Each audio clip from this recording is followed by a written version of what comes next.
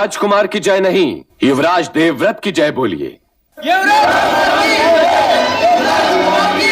आज देवव्रत को हस्तिनापुर का युवराज घोषित करते हुए मैं फूला नहीं समा रहा। इसका पिता होने का आज मुझे गर्व है और इसके युवराज होने का हस्तिनापुर को गर्व होगा। राजकुमार देवव्रत को युवराज घोषित करके शंतनु फूले न समाये। पिता और पुत्र का जीवन स्नेह और आनंद से भर गया। समय मानो पंख लगाकर उड़ने लगा और देखते ही देखते देवव्रत जवान हो गया।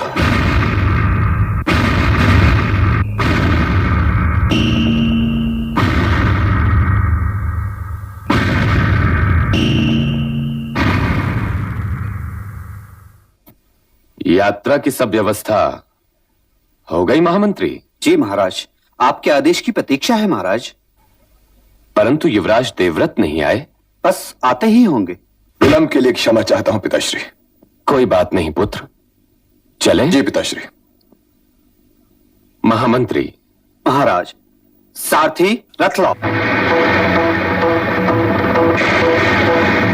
परंतु ये निर्णय तो मेरे पिता लेंगे कि मैं आपसे विवाह करना चाहती हूँ या नहीं चाहती। परंतु तुम्हारे हृदय की बात जाने बिना मैं तुम्हारा हाथ मांगने तुम्हारे पिता के पास नहीं जा सकता सत्यवती। मेरे हृदय की बात तो अब तक आपके हृदय को मान लेनी चाहिए थी महाराज।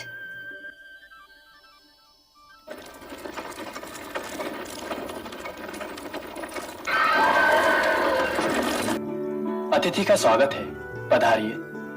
धन्यवाद। विराजिए, विराजिए। वस्त्र और शस्त्र से तो आप राजा लगते हैं। मैं भरतवंशी शांतनु हूं। हस्तिनापुर नरेश। आप विराजिए तो दासराज। मेरा अहोभाग्य। हस्तिनापुर के राज सिंहासन पर मेरे बाएं हाथ वाला स्थान खाली है। मैं उसी स्थान के लिए आपकी सुपुत्री सत्यवती को आमंत्रित करने आया हूं। यह तो मेरी पुत्री के लिए बड़े सौभाग्य की बात है महाराज। अर्थात आपने इस संबंध को स्वीकार किया। परंतु क्या दासराज? मेरा जी चाहता है कि सत्यवती के संतान राज्य करे। सत्यवती से आपके लगन के रास्ते में बस यही एक अड़चन है। परंतु मैं गंगा पुत्र देवव्रत को युवराज घोषित कर चुका हूं दासराज। पता है। यदि पता ना होता तो ये प्रतिबंध ही क्यों लगाता? पर यह तो कोई प्रतिबंध न हुआ दासराज। जरा विचार तो कीजिए कि आप कह क्या रहे हैं। कहिए तो नदियों की डगर बदल दूं, वायु का मुंह फेर दूं, ग्रहों के मार्ग बदल दूं, अग्नि से कहूं कि वो आपके चूल्हे में जले पर आपके घर में न लगे। पर मैं अपने पुत्र देवव्रत के साथ यह अन्याय क्यों करूं? क्या इसलिए कि कामदेव ने मुझे घायल कर दिया? आप कोई प्रतिबंध जैसा प्रतिबंध लगाएं दासराज। मैं देवव्रत के विषय में वचनबद्ध हूं। यदि उसके संतान को राज्य करना है तो उसकी संतान ही राज्य करेगी। सत्यवती की भाग्य रेखा उसके संतान को राज्य करवाने वाले राजा को खुद ही यहां बांध लाएगी महाराज। वो राजा ही क्या जिसे अपने वचन की डोरी के सिवाय कोई और डोरी बांध ले? कुमारी सत्यवती के लिए किसी और राजा की प्रतीक्षा करें दासराज, क्योंकि भरत वंश का शांतनु किसी एक का अधिकार छीनकर दूसरे को सौंपने का न्याय नहीं कर सकता। कहाँ रह गए थे पिता महाराज? हम लोग बहुत चिंतित हो रहे थे। मार्ग नहीं मिल रहा था पुत्र। क्या आपको पिता महाराज बहुत चिंतित नहीं दिखाई दे रहे थे महामंत्री? राजा को अनेक चिंताएं होती हैं युवराज।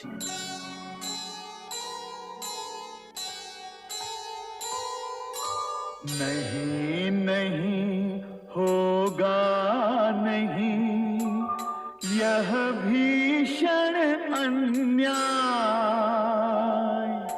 नीति प्रीति संघर्ष में प्राण भले ही जा।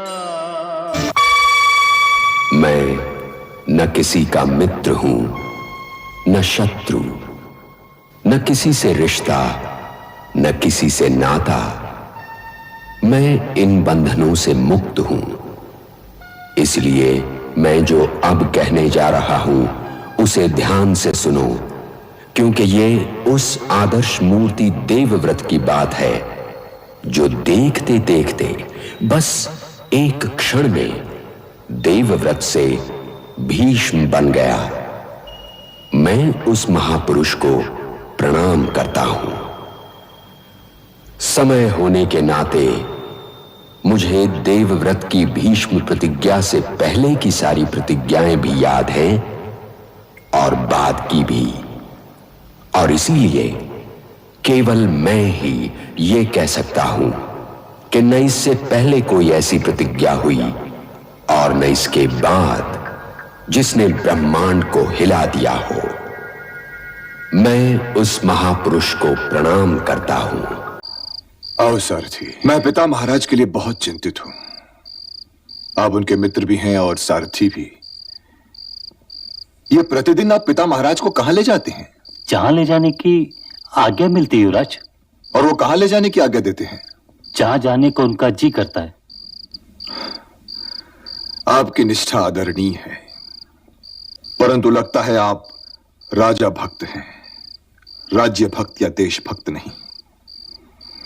इस समय पिता महाराज का मन भटका हुआ है, इसलिए मेरा यह जानना आवश्यक है कि प्रतिदिन सूर्योदय के बाद वो कहां जाते हैं। रथ तैयार किया जाए। गंगापुत्र, इतनी रात गए? दासराज को कुरुपुत्र देवव्रत का प्रणाम। मैं हस्तिनापुर राज्य के सूर्य की ओर से चिंतित होकर आपकी सेवा में आया हूं। दासराज, कृपया आप मुझे पिता महाराज के विषय में कुछ बताएं। वे मेरी पुत्री सत्यवती से विवाह करना चाहते हैं। तो फिर रुकावट क्या है? क्या पिता महाराज का हृदय और हस्तिनापुर का राजमहल आपको देवी सत्यवती के लिए छोटा दिखाई दे रहा है? यह आपने क्या कह दिया गंगापुत्र? तो फिर? बस एक रुकावट है गंगापुत्र। और वो रुकावट है क्या? सत्यवती की भाग्य रेखा कहती है कि उसका पुत्र राज करेगा, और यही एक वचन महाराज ने नहीं दिया। वे ये वचन दे ही नहीं सकते थे दासराज। मैं समझा नहीं कुमार। उन्हें तो यह वचन देने का अधिकार ही नहीं था दासराज। राजा को वचन देने का अधिकार नहीं कि उसके बाद राजा कौन होगा? अधिकार है, परंतु पिता महाराज उस अधिकार का प्रयोग कर चुके हैं। कोई राजा एक ही वस्तु या पदवी को दो व्यक्तियों को तो नहीं दे सकता ना दासराज। आपने पिता महाराज के धर्म संकट को समझने का प्रयत्न ही नहीं किया। तो आप समझा दीजिए। हस्तिनापुर का राज सिंहासन वो मुझे दे चुके हैं। वो राज सिंहासन उनके बाद मेरा होने वाला है, और मेरे रहते हुए वे राज सिंहासन किसी और को दे दें, ये तो असंभव होगा ना दासराज। ये तो घोर अन्याय हो जाएगा। हां, मैं यदि चाहूं तो वो राज सिंहासन किसी को दे सकता हूं। इसलिए मैं आपको यह वचन देता हूं कि हस्तिनापुर का राज सिंहासन देवी सत्यवती और पिता महाराज के ज्येष्ठ पुत्र को ही मिलेगा। आप धन्य है गंगापुत्र, और आपके चरणों की धूली पाकर मेरा घर भी धन्य हो गया। धन्य है वो देश जिसमें आप जैसा महापुरुष और आदर्श पुत्र जन्मा। अपने पिता चिंता का दाम अपने भाग्य से चुकाना हर व्यक्ति के बस की बात नहीं। नहीं दासराज, नहीं। जो हो रहा है वो भाग्य रेखा के अनुसार ही हो रहा है। यदि हस्तिनापुर की राजगद्दी मेरे भाग्य में होती तो देवी सत्यवती की भाग्य रेखा उसका विरोध क्यों करती? भाग्य रेखाएं कभी एक दूसरे को नहीं काटती दासराज। इसलिए मैं देवी सत्यवती की भाग्य रेखा को प्रणाम करता हूं। और अब यदि आप आज्ञा दें तो मैं उन्हें अपने साथ ले जाऊं। परंतु गंगापुत्र, अब ये कौन सा परंतु है दासराज जिसने सर्प के समान फड़ काट लिया? जिस प्रकार महाराज को आपकी ओर से कोई वचन देने का अधिकार नहीं था, उसी प्रकार आपको भी अपने वंशज की ओर से कोई वचन देने का अधिकार नहीं है। यदि आपकी संतान ने हस्तिनापुर के राज सिंहासन पर अधिकार का प्रश्न उठाया तो उसका परिणाम क्या होगा गंगापुत्र? आपकी ये आशंका आधारहीन नहीं, इसलिए मैं इस अजगर का मुंह भी कील देता हूं। हाँ, मैं अपनी संतान की ओर से कोई वचन देने का अधिकारी नहीं, परंतु मैं संतानहीन रहने का अधिकारी तो हूं दासराज। इसलिए मैं गंगापुत्र देवव्रत चारों दिशाओं, धरती और आकाश को साक्षी मानकर आज ये प्रतिज्ञा करता हूं कि आजीवन ब्रह्मचारी रहूंगा, जीवन भर विवाह नहीं करूंगा, वंशहीन ही जीऊंगा और वंशहीन ही मरूंगा। ये मेरी अखंड प्रतिज्ञा है।